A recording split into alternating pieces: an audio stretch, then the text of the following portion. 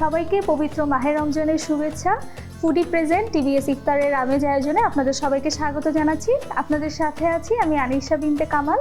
পরিমাণের সঠিক খাবার পেতে তাই আজই অর্ডার করুন ফুডি অ্যাপে। ফুডি আমি আপনাদেরকে করে দেখাবো কোকোনাট নুডল ক্র্যাব স্যুপ। যেটা করতে আমাদের কি কি লাগবে একবার দেখে নিই।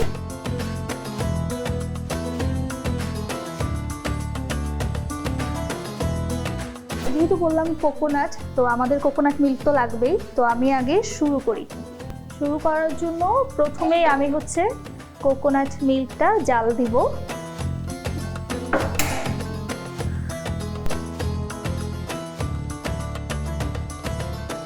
আর এটার সাথে আমি দিয়ে দিব লেমন গ্রাস। কোকোনাট মিল্কের সাথে লেমন গ্রাস, তারপর লেবু পাতা, এগুলোর ফ্লেভার খুব ভালো যায়। আর তাছাড়া আমি যেহেতু এখানে সি ফুড ইউজ করব, সি ফুডের সাথে এই হার্বসগুলো আসলে খুব ভালো কমপ্লিমেন্ট করে। এটা একটু যখন বলক আসবে, মানে হালকা একটু গরম হলেই আমি এটাতে বাকি ইনগ্রিডিয়েন্টসগুলো দিব। আচ্ছা, আমি এটা এখন একটু ঢেকে দিই যাতে একটু তাড়াতাড়ি বলকটা আসে আর ততক্ষণ এটার ভিতরে ফ্লেভারটা ইনফিউজড হোক। আমি এই খাবারটা ইফতারের জন্য বাচ্চাদের খুব পছন্দের বলে আজকে আপনাদেরকে দেখাচ্ছি। কারণ দেখা যায় যে রামেন, নুডলস এগুলো আসলে সবাই খুব খেতে পছন্দ করে, শুধু বাচ্চারা না। আমাদের এটা বলক চলে আসছে। আমরা এখন এটাতে আমাদের নুডলসটা দিয়ে দেই। নুডল এখানে আমি এগ নুডল ইউজ করছি। আপনারা চাইলে আপনাদের পছন্দ মতো যে কোনো নুডলস ইউজ করতে পারেন। আবারও আমরা ঢেকে দিব যাতে এখন নুডলটা খুব ভালোভাবে সিদ্ধ হয়ে যায়।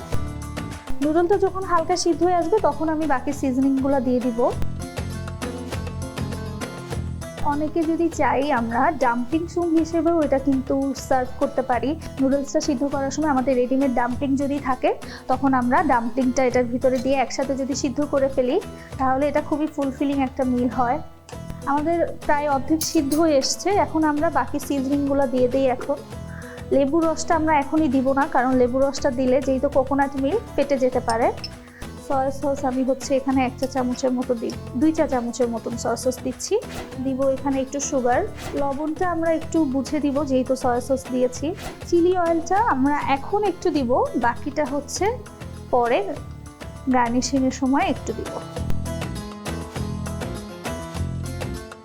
যেহেতু এটা একটা থাই ইন্সপায়ার্ড ফুড, আমরা এটাতে চাইলে রেড কারি পেস্ট অথবা গ্রিন কারি পেস্ট যেটা রেডিমেড পাওয়া যায় সেটা যদি দিয়ে দিই আমাদের রেসিপিটা আরও সুন্দর হবে। চিকেন দেওয়া যেতে পারে। তো বেসিক্যালি এটা একটা বেস, যে বেসের ভিতর আমরা যদি চাই আমাদের ফ্লেভারটা চেঞ্জ করে নিজেদের মতো করে পছন্দ মতন যে কোনো রেসিপি তৈরি করে ফেলতে পারবো।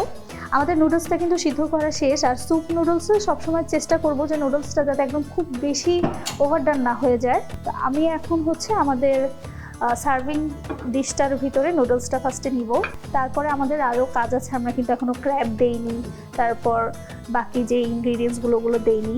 সার্ভ করার সময় আমরা কিন্তু লেমন গ্রাসগুলো নিব না, এগুলো যে কাজ ফ্লেভার আসা সেটা হয়ে গিয়েছে, আমরা এটাকে উঠিয়ে ফেলতে পারি। এটা কিন্তু খুব সহজেই দেখলেন যে তৈরি হয়ে গেল। নুডলসের রেসিপিতে এটাই সুবিধা যে খুব তাড়াতাড়ি আমরা যে কোনো খাবার রেডি করে ফেলতে পারি হাতের কাছে যদি সব কিছু গোছানো থাকে। আর আমি যেহেতু বললাম ক্র্যাব স্যুপ, এ কারণে আমি ক্র্যাব আগে থেকে সিদ্ধ করে কুচি করে রেখেছি, সেটা এখন দিয়ে দিব। আমরা লেবুর রসটা এখন উপর দিয়ে দিব। লেবুর রস দিয়ে জাল দেওয়া যাবে না, মিল্কের জিনিস যেহেতু। আর দিব সিদ্ধ ডিম। এর উপরে এখন আমরা চিলি অয়েল দিয়ে দিচ্ছি। আর সবশেষে আমি একটু তিলের বীজ দিয়ে উপরে জাস্ট ডেকোরেশন করে দিচ্ছি।